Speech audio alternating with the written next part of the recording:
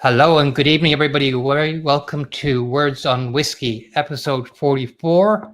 And we're delighted to be back after a break of 6 weeks while we were doing the Discover Irish Whiskey series, which I hope you enjoyed.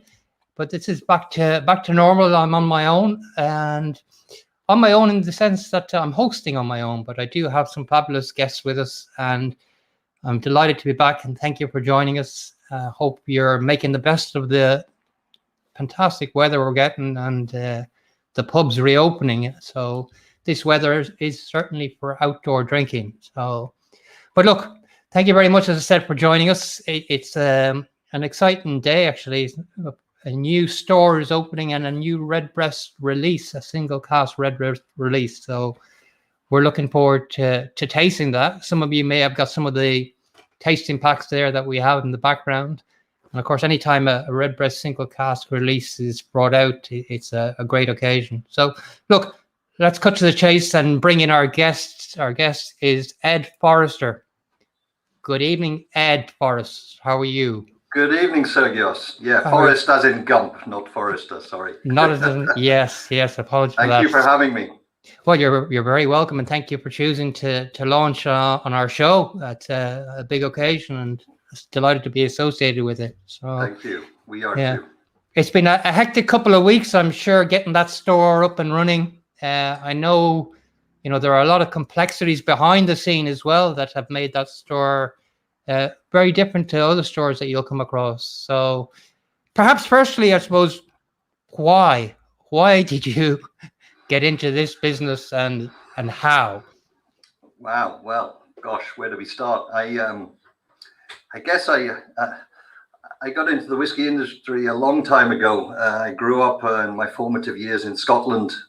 Family was in the industry, and out of college, I worked for what is now Diageo, before they became Diageo, back in the UK, and acquired a love for whiskey at the time, and then went on to work for LVMH Group, the biggest luxury goods company in the world, and lived in the UK, US, and for the last 20 years, Hong Kong, building brands mainly in Asia and what have you. And then I got this call from these Swedish guys, these entrepreneurs who'd set up this fund and said, look, we're launching a fund for whiskey. It's never been done before. And but this is not a typical fund. It's a unique fund where, we're going to be a publicly listed company, which has never been done before in whiskey. And we're going to operate via this, an e-commerce site. And we'd like you to build it and run it and go base yourself in Dublin. And I'd married a lovely Irish girl while I was out in Hong Kong, so it was a perfect kind of time and very serendipitous. So that's how we ended up here. Yeah, how long did you spend out in Hong Kong? Nearly 20 years. Right, okay. So I got out of Dodge at the right time. We moved back about 3 years ago. Yeah, I'm sure that's a very different lifestyle in Hong Kong to here. Very much so, but the lifestyle here is fabulous. Look, the sun is shining. It's always like this. Live by the sea, it's fresh air. Yeah, it's always like this, right? It never rains in sunny Ireland. That's so anybody planning to visit, come now while the weather is good. But it's fabulous place. So you worked for DCL for a while, then I presume before. Yeah, United Distillers. Yeah. Oh, United Distillers. Yeah. So So I worked in the prestige side of it, in the on-trade in London. Yeah. Branding, seeding brands, education, and then I went into national accounts, working with the big brewers at the time, and it was and obviously lots of trips up to Scotland and distilleries and going back home. My father moved back up to Scotland, so I've been going back to Scotland for the last 30 years, and then having married my wife here, coming back to Ireland. So I've kind of been pulled to the world of whiskey for many a year, and eventually it made me get on the plane and come back for good. So I'm delighted. Yeah, tell me a little bit about the whiskey market in Hong Kong. From what I hear, it's very much at the luxury end, at the premium and super premium side of things. Is that still the case, or was that the case when you were there? Yeah, I mean, everything out there is very premium. I mean, I spent 15 years building brands, mainly in China, in mainland China, but also around Asia. Yeah. And luxury was key. Interesting. That part of the world has always been a battle of categories between whiskey and cognac in terms of the foreign spirit, if you like. In China, most of the business is local spirit, but the foreign spirit, luxury spirit, is between cognac and whiskey. Yeah. And it's interesting, when I went out there, cognac was winning the game, and when I came back, whiskey is winning the game. And I think what's very interesting is that consumers out there, but all around the world, are going straight into whiskey, straight into malt whiskies or premium whiskies. Whereas when I was back selling whiskies, it was more about the standard blends and entry point whiskey. So there's definitely been a premiumization of whiskey across the world, as far as I can see. Yeah. And now Asian consumers are really discovering whiskey in a big way. Yeah. So you would have a good insight into how Irish whiskey perhaps is faring there now. Yeah, I think I used to know the guys at the Hong Kong, the Irish embassy there in Hong Kong, who were very good at promoting all things all Irish produce. And again, when I first went out, I used to spend my life traveling around and sit in hotels, and you'd go to the bar, and I would always go for a drop of Jameson, but that would be normally the only bottle of Irish whiskey on the bar 20 years ago. And I think that's always a big indicator when you go to nice hotels around Asia. You see what the range is on offer in the bars. Yeah. And the last few years, you've seen more and more Irish brands being present. I think there's a long way to go. There's a huge opportunity in Asia for the category itself, but for Irish whiskey in particular. And all the forecasts indicate that Irish whiskey has the most potential of any whiskey out there right now. So it's I'm sure your readers and all your partners you work with have said the same thing. It's a great time to be involved in promoting Irish whiskey. Absolutely, yeah. I mean, we do see a lot of interest now coming from the East. Certainly, Hong Kong, China, Singapore, Taiwan. They seem to be very strong. But of course, we have a lot of work to do there to catch up with the Scotch. Yeah, but you've got to start somewhere, right? And I Absolutely. think there's various, that the world has been turned upside down, particularly in this part of the world in the last 2 or 3 years. Yeah. I think, what's going to happen with trade. I think the US market obviously is a huge market for Irish whiskey, built a great base there. And I think it's only going to go way up. So yeah, there's a bit of a way to go, but I think the Irish whiskey industry is doing a good job and is well on the way. Yeah, well, you've certainly made a big splash of an entry, I suppose, with going with the Redbreast. And some might argue the irony of going with a pot still when the store is called the Single Malt Shop. I'm sure that's been pointed out to you. But of course, you have a very wide range of whiskies. I mean, I was on the site, and I believe you've been working on it until recently, optimizing it, performance, and updating the stock. So is it good? It's live now, and you've been taking orders for a few days, and I believe it's been going very well. We've been waiting a long time for this, Sergios. It's been well over 2 years I've been working on it. Wow. This is the first sort of pure play e-commerce retailer in the whiskey world, based here in Ireland. So there's been a lot of challenges getting open, but I'm delighted to say that we went live about 10 days ago. We've been optimizing speed and all that ever since, which is part of the process of launching a site. But the early results are great, and there couldn't be a better start than to be launching and promoting such an iconic whiskey as the Redbreast Single Cask. And it's a perfect partnership. The IDL boys have really got behind us from day one, supported us, and come to us with this great Redbreast opportunity. We're just sorry we made them and everyone else wait so long. We'd hoped to be open about 6 months ago, but listen, yes, we're here now, and that's all that matters. And the early signs are very good. Well, good things, as they say, come to those that wait, and all the rest. Absolutely. And I think you have to wait and get it right before you launch. We partnered with the guys at Stafford's down in Rosslare, who again saw the opportunity for online sales and the online business. very forward-thinking guys down there, and they set up on our behalf with all the pick and packing and helped us with our warehousing and logistics, and we couldn't have done it without them. They've been fabulous. So we've had such great help and a great welcome across the board, and it's just very exciting now to be live and hopefully bring our wonderful products to all your customers. Yeah, and would it be fair to say that you're at the premium side of the whiskey business in terms of our?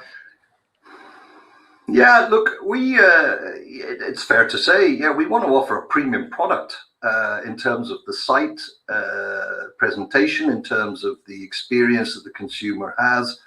I think you'll agree, if you explore the site, it's very content rich. We want to talk about these amazing stories behind whiskey, the amazing distilleries, the amazing brands. We want to make it sort of a really premium product from that respect. In terms of the assortment, look, we're focusing, yes, on premium, but mainly on more sort of, anything that's really selective and limited edition, anything, maybe the collectors out there are real enthusiasts and connoisseurs are looking for. But we want to have a broad range of price points. This is not just we want to sell really expensive whiskies. If you look on the site, and by the way, the site is only a fraction of what we have. We'll be bringing lots more SKUs in the next coming weeks. But we go from 50 euros up to 25,000 euros. But I think I don't want us to be perceived as being overly premium, but I want the experience to be premium, and we want to have a limited select range of products and make those products shine. And again, the Redbreast is the perfect start. I mean, what could be better to have a product like this to promote from day one? Absolutely. Tell me the challenges that you had. What were the challenges that you faced in setting this up? I know you have a quite unique offering in terms of the logistics and taxation side. Perhaps you want to tell us a little bit about what makes your site different, and the challenges of setting up. Well, the challenges started about 2 years ago. I mean, as you know, we're owned by the Single Malt Fund, so obviously we need to raise money to fund everything. My friends in Sweden raise the money and they pass it to us to go and buy these amazing whiskies and then launch the site. So where do we start? Brexit, COVID, there were a few sort of headwinds that affected both fundraising as well as logistics, and then licensing and all that. It takes time. We also have been very keen, again, being a publicly listed company, we want to do everything proper and by the book, and we want to we want to walk before we can run. So again, we partner with UPS. We're focusing on the core EU markets. For instance, you're talking about exports and tax. We've set up tax representatives in all the key markets of Europe, so that we're able to charge consumers the right levels of tax, etc. And look, but it was just a lot of challenges. But as I say, we're here, and I think again, getting the pick and packs and the premises all sorted, and the guys at Stafford's who were not in the fulfillment business until we came along, they really got on the back of it and helped us, and we've got a great facility set up down there, fabulous team, and we found a phenomenal web developing team as well. That took a while, we're challenging times, but we like the challenge, and I think we're going to turn it into an opportunity, because that's what I was going to say. I mean, with so much movement now to online, exactly, and Brexit closing off markets for some of your competitors, maybe in the UK, that actually plays all to your advantage now. Yeah, for sure. I mean, there's no doubt consumers have been going more and more online since before the pandemic, right? And the pandemic has just accelerated that, and I think everything you read shows that and suggests that that's going to stay. And you're right. I think whatever's happened Brexit wise, logistics, these things will get figured out. I think the industry, the governments will also make life easier as more and more online e-commerce businesses in our sector come on board. But we see a real opportunity to be able to focus on Ireland and promote Irish whiskey more than most. I think first and foremost, we want to make a big presence here at our home. We want to promote our home business, but then also the EU is a huge market for us, and then beyond, Asia and what have you. So yeah, look, it's the glass is half full, Sergios, and I think well, mine's empty at the moment, but we'll talk about we'll talk about that one in a minute. But that's a good point. Look, if you don't mind, I'm going to bring in the person that you worked with on this release, and no stranger to the show is Mr. Gerard Garland. Good evening. Hey, good evening. Good evening, Sergio. Lovely to see you tonight. You're the first person to be 3 times on the show, Gerard. So the 3rd time lucky. Is it anything to do with the fact that there's such great news to talk about Irish whiskey? Is that? Well, that could be it. That could be it. That could be it. Tell me, how did this relationship form between yourselves and the Single Malt Shop?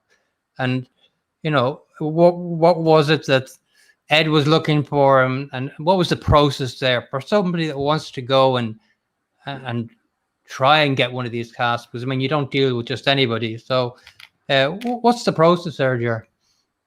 Well, my colleague Shane Davey and myself would have met with Ed and Glenn, and basically talked about where the opportunities could lie for both the Single Malt Shop and for Irish Distillers. And it was very apparent very quickly that they were on the road to producing a really high quality experience for the whiskey connoisseur. And it made total sense for us to come on board and partner with them, particularly with this initial release around the Redbreast 22-year-old single cask. So that's how it started. Literally, it was a initial conversation, and very really realizing quite quickly that we had a real opportunity to work together to benefit both the Single Malt Shop and also Irish Distillers. Yeah. And Ed, what was your thinking behind going for, I suppose, IDL and then Redbreast in particular? Well, look, I mean, IDL is obviously the first door you knock on when you're looking for supply in the industry here, we knocked on lots of doors and we got great welcome. But I think it's Shane in particular. Glenn is my colleague. We might see him later on. He already had a relationship with the guys at IDL, knew them from a previous life. And so we got in pretty quickly, and it was really early days for us. So we had this vision and this idea, and then Shane shared with us this program that IDL have of sort of once a year releasing a specific cask from 1 or 2 of their brands to certain customers. Traditionally, I think on-trade customers, premium hotels, etc., which I'm sure you've all seen. But they took the bold move of saying, well, why don't we do it differently and give these boys a shot? I don't know what we did to persuade them, but we were just delighted because it was the perfect fit in terms of our DNA being about limited edition, selective, really exclusive products and iconic whiskies as well. I mean, and there is no more iconic than Redbreast. So it was just one of those, I used the word before and I'll use it again, serendipitous moments where we came together. And I have to apologize to Jer and Shane and all the people at IDL because we thought we'd been open a long time by now, but just various things just kept delaying us. But they kept faith in us, and we're just so grateful for that, and delighted to be sitting here today. Yeah.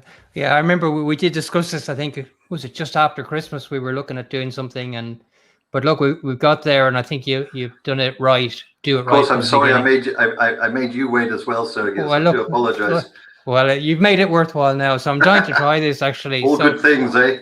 Yeah, sure. Very, very much. Redbreast has become almost a forerunner now on the premium Irish whiskey scene. And in terms of for IDL, the growth of Redbreast must be a huge success for you.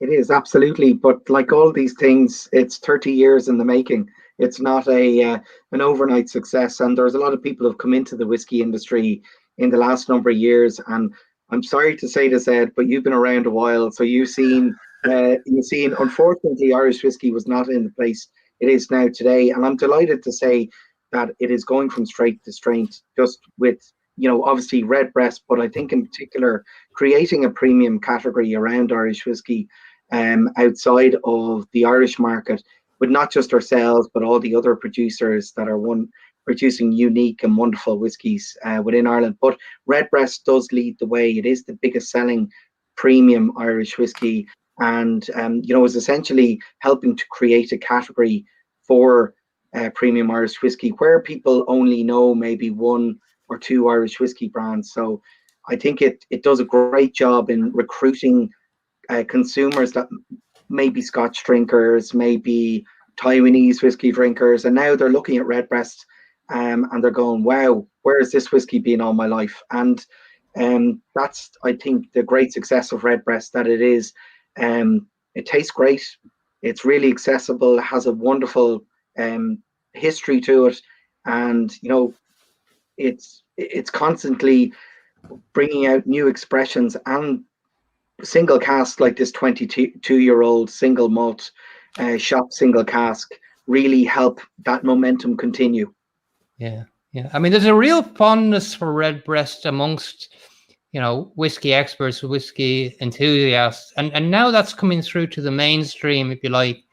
And to the regret of some of the connoisseurs, I'm sure have seen that it's more difficult to get the Redbreast as they want, I suppose. But it was kind of a pride in having that Redbreast as a secret for themselves, But I want to mention that we were going to have Dave McCabe on the show, but unfortunately he's on vacation this week. But Jerry, you got a chance to talk to Dave.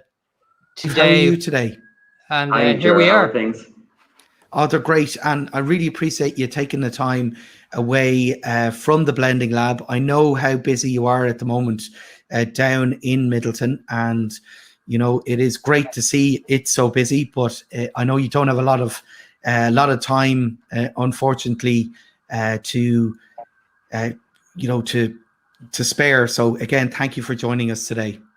No trouble at all, and apologies I couldn't be there live at the show, but nice welcome break from the lab to chat to you now at the moment anyway. Well, when you're in that blending lab, I'd love to talk to you today about this Single Malt Shop Redbreast 22-year-old single cask. And I've been lucky enough to be on the journey with selecting this cask with the customer. Well, essentially you would send samples to me based on what the customer would need. But I'd love for you to tell us a little bit about the start of the process, about how you would go about selecting a wonderful single cask like this. Sure. It's a pretty lengthy process from start to finish, and very interesting at the same time. So, as you know, Ger, we would get kind of, I suppose, we would talk to yourself and other members of the marketing team in Dublin, and they'd come to us to say, there's a potential customer looking for a Redbreast single cask of a particular age range, if possible. So that would entail then myself and Billy looking at our stocks, looking at what's available of those ages, and then screening lots of different cask samples from different warehouses. And what we would do is we'd kind of nose them, go through them, whittle it down to maybe our preferred 3 or 4. And then that's what we would send to you to showcase to the customer and kind of talk them through it and let them kind of, I suppose, have the final say as to which of those casks would be the one that they'd like to have bottled and see their name on. Do you know what amazes me is how single casks are so unique, how they all are different, even though they might have a similar profile, like in the case of a Redbreast single cask, that influence from those Spanish oak sherry barrels that have been seasoned with Oloroso sherry, or a green spot single cask could be different again, or a Middleton single cask. I'd love for you to just let us know what you imagine a Redbreast single cask to be? Yeah, it's very interesting, as you said, Ger, because you have an idea in your head of what to expect from a certain whiskey of a certain age in a certain barrel, and then when you line up, 20 to 50 of them from the same parcel, if you have that many. The older stock, we don't have as much, but when you line up a lot of samples from the same parcel and you go through them, you see how varied their intensity of spirit versus intensity of oak can be. So it's fascinating to see how individual each cask can be, which makes it all the more interesting for us. But I suppose when we're looking at casks for different brands, we have in our mind's eye, okay, this is what we're going to look at and disregard other types of whiskies and casks. So for Redbreast, the cask will always be a sherry cask that we look at. So, in this case, we picked a cask that was laid down in 1997. It actually began its life in bourbon. And then, say, later on in 2010, what we would have done is we would have taken the whiskey out of those bourbon barrels, vatted them, married them, recast them into sherry, and left them age ever since.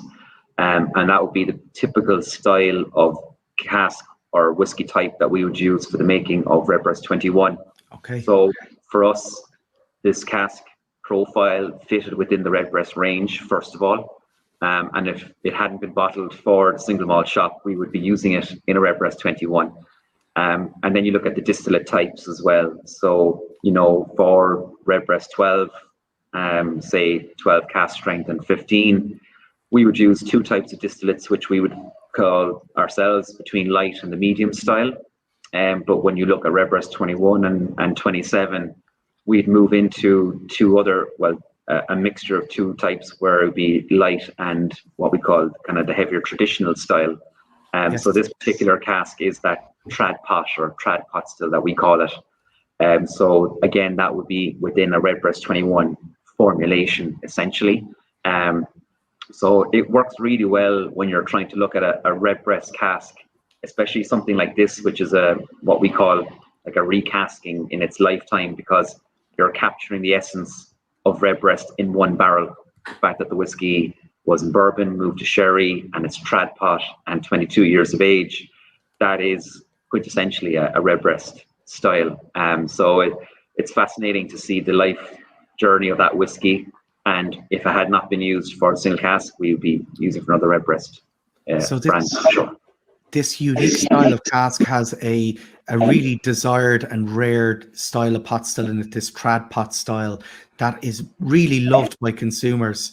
And then it's also at cask strength. And so you're, as a consumer, as a whiskey connoisseur, you're getting that experience that you get every day when you're nosing and tasting samples from these casks. So what would be the difference that Redbreast 21 is at 46% and this is at cask strength, and it's obviously 22-year-old whiskey and a single cask? So for you, what does that extra that natural cask strength give the whiskey? I think it's for anyone buying a bottle of cask strength whiskey, I think it's a great window into the world of what essentially is laying down in stock in our warehouses. As it is, it's a great view of that style. So while for me it's very important to reduce certain whiskies with water to 40, 46 to find the right balance of intensity, to be able to show someone something of a higher strength that it naturally is in the barrel before we just essentially bottled it straight from the cask. It's a great way to showcase this is kind of, the style that we're seeing every day in our warehouses, and when we get samples into the lab, that's what we're looking at. And then you have the option yourself to add as much or as little water as you like to get it to a level that you want for yourself. So it's kind of nearly more empowering than ever to have a cask strength whiskey in your glass. Well, Dave, thank you so much for the insights into the single cask program in Middleton Distillery and for highlighting the uniqueness and the origins of this 22-year-old Redbreast Single Cask, exclusive for the Single Malt Shop. And thank you for your time, Dave. Pleasure. Good talking to you as always. Cheers. Sláinte. Bye now. Sláinte. Well, there you go. We can all go now. Well, we've a small detail to get through. Look, you were good enough, Ed, to organise the sending out of quite a few samples to various people. And yes, I have mine here as well. And I'm looking. I've poured myself a glass now at this stage, and I'm waiting to have a go. But Ed, during the process of selecting, I mean, was there anything specific you were looking for, and how did you make that decision? I believe it wasn't on your own. No, and maybe this is a good time to bring Glenn into the chat. Glenn is my right hand man here. Hi, Glenn. Glenn is very much a whiskey expert and has a better nose than I do. So myself and Glenn tasted. We also shared with our colleagues back in Sweden. The guys at Ger and Shane shared with us a number of samples. And look, I think we all, as we do with this kind of thing, you know, Ger very kindly talked us through every offering and every option, and then we all kind of made our own personal notes, and then came back with the scores on the board, so to speak. And there was a unanimous decision on this one. I think I seem to recall, Glenn. It seems a while ago now, but yeah, maybe you can share with you your memories of that first tasting. You're very welcome, Glenn. Firstly. So thank you very much for joining us. I just maybe before you do, you might tell us your role within the Single Malt Shop and a bit of background, and then how you came to reach the decision you did on this one. Yeah, my job is as sourcing manager is to I suppose work with the good people at IDL, work with most of, if not all, Irish whiskey companies, and obviously Scottish, American, and Japanese, and you try and get the best and most collectible, as Ed described, the best and most interesting whiskies we can. Ideally, those that are limited in some way. So it's building up a relationship with those people. As Ed said, we've taken our time to get set up, but it was good to meet before the pandemic and during to build up that relationship with companies all over the world, and so they can understand what we're trying to achieve in terms of the website, what kind of clients we're trying to reach, and you know that's my job, is to work with these companies. So my background has been whiskey. I'm from this part of the world, but I worked in the Scotch whiskey industry for a number of years before I came back to Ireland. And it was interesting when, as Ger was saying there, when we were lucky to get to sit down with the IDL guys to try different samples, I was assuming when we went in that the differences would be, you know, minute. It'd be very hard to tell them apart. But you know, we the other two were fantastic, but this one really stuck for us. It just really, you know, to me, it had all those kind of really strong notes, sherried notes that exemplified Redbreast. But it was just, yeah, it was great. It was nice to see that I thought it was the best one, and everyone else did as well. You know, so that was always reassuring. But it's we're very proud of it, yeah. And as Ed said, we've been holding on to it for a few months longer than we would have liked to have sold this a few months ago. But we're very happy with it. We know it'll do well, and it's a wonderful whiskey. Yes.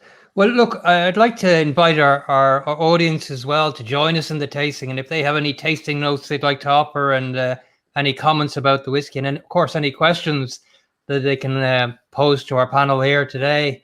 But maybe Glenn and Ger, the two Gs, might take us through the tasting and give us some notes and a little bit of more detail about these. Yeah, sure. Well, I'll start off anyway, but as Glenn said, it really does exemplify what is Redbreast. So I was kind of, you know, smiling and laughing there, because it really was not a hard job. We sat down to wonderful whiskey samples, and within a couple of minutes, all we were doing was just enjoying them, and I think we had made a decision. And this, as Glenn said, this whiskey really stood out. I think if we first look at the colour, as is the best thing to do with a whiskey you haven't tried before, it has a wonderful, deep, rich colour. It is just, you know, bordering on, you know, kind of that almost doesn't look like a whiskey. It's almost looking like a port or a sherry. It's so dark. It really is really, really dark. And when we look at it on the side of the glass, you can see there's this, it's almost clinging to the side of the glass, indicating to us it's going to have a wonderful mouthfeel. And it is a cask strength as well. So it's 55.9%, if I'm not mistaken, which is, you know, quite a significant ABV. And it would have been filled into the cask about 63.5% ABV. So it has come down a couple of percent, but not a huge amount. And it has been unadulterated by anything. So there's no water added or anything else. It is as it is in its natural form, as it would have come out of the cask. And then, I don't know, Glenn, do you want to have a little bit of a nose with it, and then we'll see how we're getting on? Yeah, I mean, as Ger said, I mean, sometimes when you see the cask strength on certain whiskies, you're expecting that punch before anything else happens, but it really doesn't have the strength belies what you get on the nose. It's lovely caramel notes, really rich caramel. Christmas cake in the middle of June, but Christmas cake is another thing that I get as well, and that kind of stewed fruits. It's a really, really rich taste that matches the rich color, or sorry, rich nose that matches the rich color. It's a really lovely, complex, sweet dram with loads of layers coming in and out, from caramel to cake to even dried berries then as well. It's fantastic. It really is a standout. Well, if we go to taste it, because I'm salivating just even thinking about I've only it. waited 6 months to try this now, yeah. So look. I know, sorry again, Sergio, about the pandemic, but it wasn't our fault. You know, so. I know. No, I do blame you for the pandemic. You know that, Ger. I know, absolutely. Yeah. This is, as Glenn was saying, it doesn't have that expectation of that hit from a cask strength whiskey. It really is quite mellow. And when we take a sip of it, have a little sip, Sláinte. Sláinte.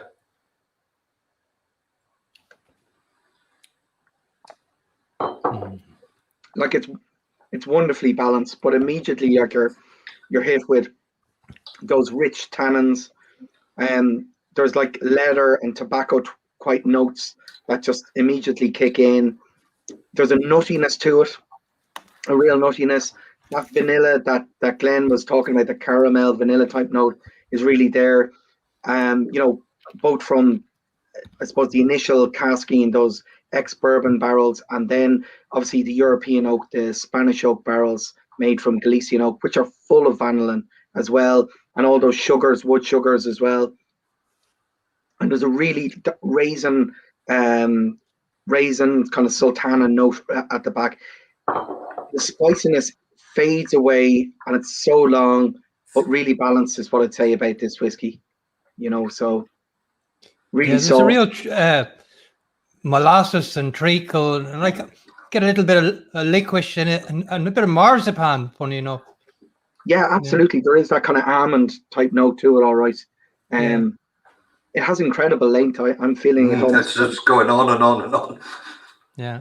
Leaving a lovely dryness on the palate, a morsome type note to it. So why don't we have it's a dry fruit, yeah, but it is that kind of, it lingers like a honeyed sweetness as well, even though it's a dried fruit. It's wonderfully long and complex. Yeah. You wouldn't know that's cask strength. Like it's yeah, amazing, and really, really drinkable. And certainly if you wanted, you could add a few drops of water. I'm not going to personally, but you could. I actually found something very rare in this office, and I managed to get a drop of water. I'm just gonna, and I mean, the color of it is absolutely fantastic. It really is just a dark mahogany color, and with that sheen. And as I said, it does drink very. There is that hit of spice, not alcohol, hit of spice on the tongue. I don't know what any of our audience are thinking now. If they've maybe somebody might have some tasting notes of their own that we're not picking out. I've got experts there like the likes of John and David and so forth. So. Just to say, when Ed and Glenn pre even the samples being selected for this, Glenn and Ed came with a very good brief about what they were looking for. So they knew what they were looking for, and I think they really did get exactly what they were looking for. And they wanted something that was quintessentially Redbreast and of a certain style. So that made it really easy to come with there's selection. And I see John is saying the water works well. Absolutely. The water really, I mean, it really does add to it. And I put a fair amount of water in because I'm a bit of a wimp, but it certainly opens up, as they say. But it takes away that dryness, as I think John is saying there. So yeah, but I'm trying to describe what there is a more nutty flavor, I think, when you add water. The wood comes out as well quite a bit more when you add a bit of water. Yeah, because that I suppose that oaky dryness that's there is more translates into kind of just that an oaky note at the end of it. Like, I don't know how to describe that, but it's not like a wood spicy note. It's something like spice dates, like Oisin says. Christmas cake. Yeah. But no, that's it's with spice date syrup once, and I know exactly what he's talking about. And it's definitely easily recognizable as an iconic Redbreast juice, right, Ger? Yeah, absolutely. It is again quintessentially Redbreast. There's no doubt about it. Quintessentially, that's the word I was looking for. Yeah, it's delicious. I have to say, really, really is. And I know you're stood here in front of me, but anybody that's tasting it there at home will really say it's wonderful. And there, like Dave O'Connell say, wonderful make coating. And yeah, the ABV, it's really hard to believe it's 55.9%. It is, because we have to measure it, but it doesn't. It's so balanced between the tannin, the wood sugars, the spirit, that you're not getting any one component of the whiskey dominating the overall whiskey. So it's really well balanced with a lot going on, and intensity of equal value across the palate. Yeah, I mean, you obviously lovely coffee notes, absolutely. Yeah, obviously you were very happy with it to release it. Is it what you expected? Is it turned out better than you expected, or how does it? How do you feel about the whole thing? Are you asking Ger or me? I'm asking you. You were their customer, so. Oh, look, we are just over the moon. I mean, you couldn't wish for a better start. Launching a new specialist premium whiskey e-commerce site than having a single cask bottling exclusive to us from Redbreast. Of this level. I mean, it's a dream come true. So, are we happy? We're absolutely delighted. And I think, the other thing I know we've got some great feedback from the guys at IDL. As you see how we featured it on the site, we want to tell the story. We had a great day down at the distillery, took some fabulous pictures, and heard the story, and met the guys down there, and we want to tell that story on the site, right? We want to showcase the brand. We want to tell everything about this bottling. So, yeah, I just couldn't be happier, Sergios. It's a perfect start, and I hope people out there get to enjoy this fabulous liquid as well. So it's available exclusively on your site. Correct. How many bottles are there? What's it limited to? We have around 450 bottles. So we're you've drunk a few. You've drunk a few already. No, I'll be honest with you. We have some very valuable investors over in Sweden. We're holding a few bottles back for them. We promised them that we would give them some special treatment. So we're going to make sure that we get an allocation. But there's plenty to go around. It's as I said, it's just a perfect start. Yeah, absolutely. Well, look, congratulations on a fabulous whiskey. It really is special. Thank you. I mean, is this something that you are looking to do again in the future? Is this going to be an annual thing, or maybe more often? Look, we're literally, I don't know, about 10 days old, and so far things look good. We actually have a lot of bottles on the site that are no longer available on the market, mainly because we're late coming to the market rather than anything else. But I think it's an indication that there is a great demand for these limited releases, and that's something we definitely want to focus on. And I would definitely, I'm sure this is going to be a great success, and we of course want more of it. So we have a responsibility to the brands to show what we can do. We're looking to partner and be very transparent with the brands and share the kind of insights we get. I think that what's great about an online business, I mean, stating the obvious, but we have great insights into consumer behavior, and obviously we have legal obligations which we have to respect, but we can share our learnings and understand where our consumers are, what they're looking for, and then work with great partners like IDL on the next one and the one after that, and we want to experiment as well. We want to, as I said, we want a broad range of offers, all different styles, ages, origins, price points. So look, we're just with a big blank piece of paper in front of me, and we're just excited to give it a go and get stuck in. And as I said, nothing makes us happier than having the kind of support that we've got from IDL. Yeah. Well, there's a comment from Martin. It's a good description of all the different tastes. Yeah. So, right, thank you, Martin. And Martin knows the stuff. Much appreciated. Thank you. Yeah. Yeah, no, for a cask strength, it is incredibly smooth. I mean, Ger, as a brand, you've done a number of these cask strengths. They are very limited. Maybe you do 1 or 2 a year. Is that something that IDL are looking to continue? And how does it play into the brand of IDL and the brand of Redbreast? Does it elevate it presumably even higher than where it is? I think it satisfies a desire, one from if it's a customer like the Single Malt Shop that want to have something special that they can exclusively offer their consumers, or it could be an entree customer who is looking to showcase what they are in Irish whiskey and maybe something to do as a legacy issue around their family. So they serve lots of different purposes, and we've consciously tried to limit the availability of them. One, because we don't have a lot of this older stock. There is, so these casks are becoming rarer and rarer.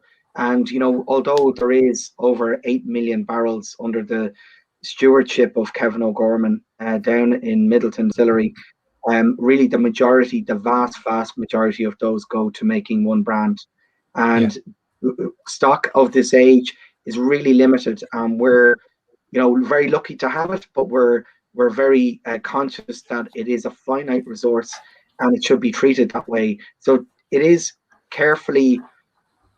there is careful consideration that goes into who we work with, not from any other selfish reason than, again, if you have something so limited, you want to make sure that you give it its best opportunity to work for both the customer and also for the brand that is Redbreast. So that's the answer to it. I think it is going to remain quite a limited amount per year for that very reason, simply because we just don't have the barrels, and also we can be a little bit, we can have a little bit of a conversation with a customer and say, maybe it wouldn't suit you at this moment in time. It's not a straight refusal, or maybe a different brand would suit you at this moment in time.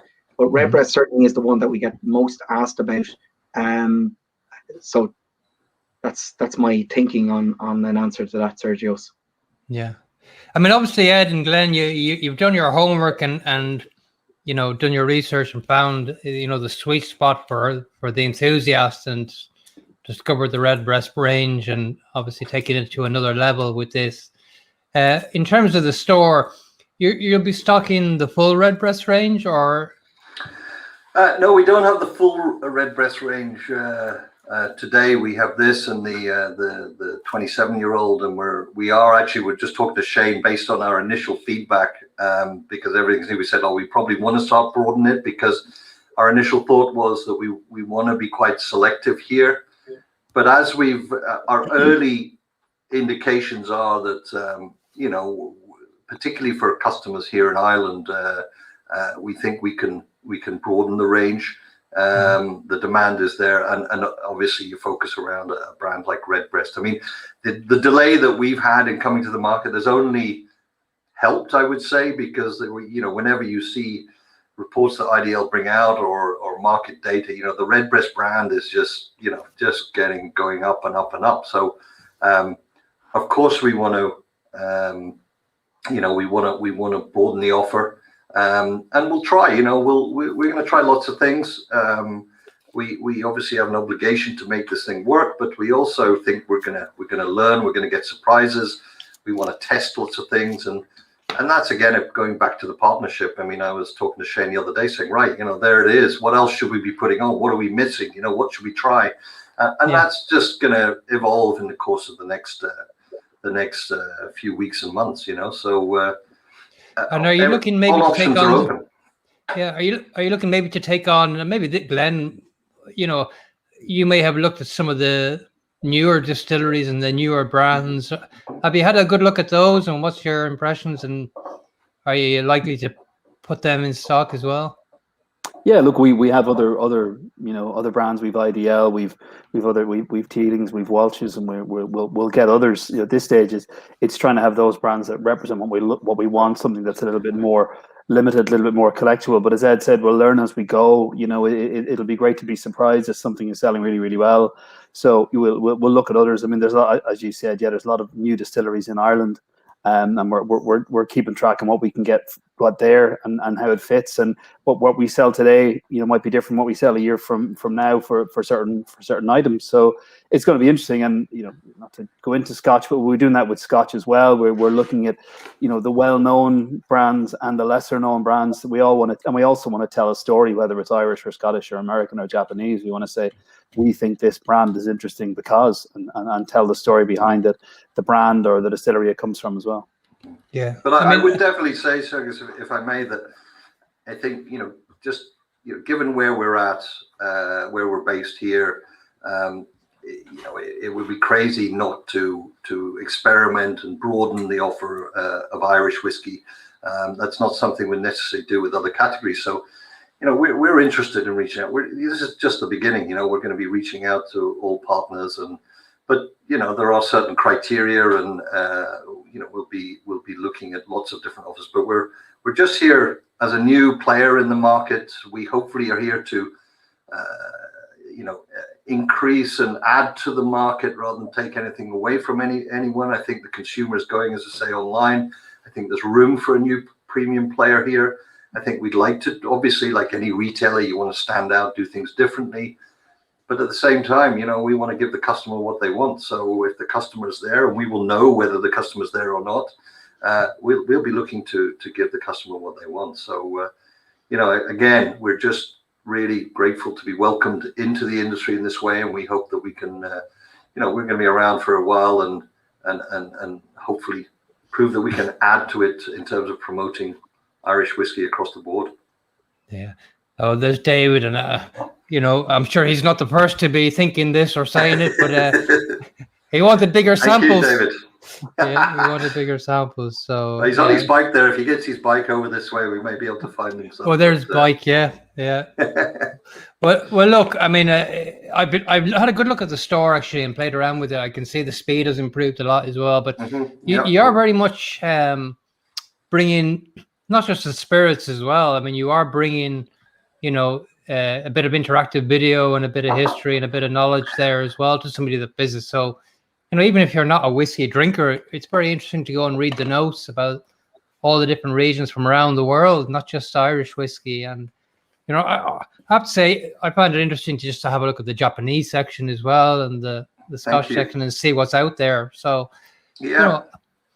I'm we hoping... actually used the time, the COVID and what have you, quite well in terms of, we were very keen on, creating this rich content, and we had some journalists over in Galway put together some great content on every distillery, pretty much, and tell the stories. And I appreciate you saying that, Sergius. And obviously on the site performance, these, we'll be constantly working on speed and optimization and service levels, and we welcome any feedback, but we want every aspect of the experience to be top quality. So it's exciting. And video and other things, we're not quite there yet, but we will be bringing it out. Again, this is just the beginning, and there's so much we can do. I've got a big long list of ideas, so it's we look forward to it. Well, look, I'm hoping people come to the site for the Scotch and the Japanese and leave with Irish, but that's maybe. But whatever they want. You want both, so, or all of them. So, look, it's very difficult. It's an amazing effort in a very challenging time to release a very comprehensive website with a. I think the offering of localized taxation is a huge benefit, and great delivery costs is something that is going to make you stand out. It's free until the end of June, so the delivery costs are fabulous at the moment. Yeah. So you can't be free unless you start paying us. So that could be that could be the next thing. Glenn, I suppose from your side, you must have got to taste thousands of whiskies over the years in terms of sourcing whiskies. Other than Irish, where do you see the buzz? I know Americans doing well, Japanese, obviously Scotch. What's the next buzz other than Irish? I think it's not really a buzz; it's more of a style. It happened when I lived in Scotland. It's getting more and more developed now. More and more companies are doing more with cask finishing. I don't mean looking for something really obscure that no one's heard of, but just trying new things and sourcing your finishing casks from a regular supply. And that's one of the reasons I like Redbreast, because when I tried it a long time ago, it always had that sherry cask influence. So I think, there are so many Scotch distilleries, there's so many new Irish distilleries trying different things, but I like to see some company, making that effort on a cask, whether it's extremely premium or it's a niche small blend. I think trying those things makes it interesting. And that's the good thing as well, that you can have an experimental muscatel cask that makes the whiskey expensive, or a cheaper, interesting, cask from some, using beer. So I think it helps people find something they really like. So years ago, your only choice was a sherry cask, and you may have stumbled across a port cask. And that over the last 20 years, now there's a bigger choice. So I think with more and more the new distilleries do more and more different cask finishing, it really stamps a character onto a whiskey. And if they find something that works well, it's really exciting. Yeah, excellent. Well, look, congratulations. As I said, it's been a privilege for you to consider us for launching both the Redbreast and the store. I think it's commendable. You've done it during a difficult, challenging time. You're creating employment, Irish employment, local employment, which again, during the difficult times is very, very important. And I commend you on that. I wish you the best of luck. And perhaps, Ed, you might want to leave us with a toast, or Glenn, or no, I just want to say thank you. I'll leave. I think we should pass on to Ger. I think the star of the show is the Redbreast. So I think Ger is the man to that. I just want to thank you all for welcoming us, and we look forward to meeting everyone in the industry in the coming weeks, and collaborating on more cool stuff like this. It's been great, Sergius. Thanks so much. Over to you, Ger. Thank you very much. Well, a huge congratulations to you, and may the road rise up before you and the Single Malt Shop. Sláinte. Sláinte. Thank you. Thank you all very much. Thank you. Have a good evening. I will try my best not to finish that sample off this evening. So, look, thank you all very much. I'm going to kick you out now and just say goodbye to our guests, unless there's any questions from our audience. Just some nice comments here. So, look, again, thank you very much for joining us. I think everybody's given really positive feedback about this. So I'm sure we will cross paths soon, I hope, and meet in person. Absolutely. Look forward to it. All right. All the best, everyone. Much. Bye now. Okay. Thanks, Sergius. Thanks, Ger. Bye-bye. Thank you. That's it. all gone.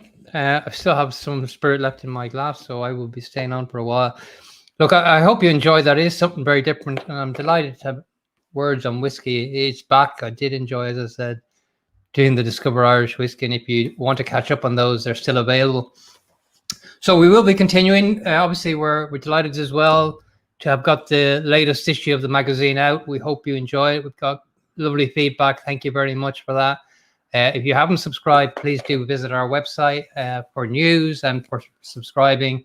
And until next week, we'll be announcing who we have next week in the next coming days. In the meantime, look after yourselves. Get out there and help support the bars that have had a really tough time. And we'll join you soon.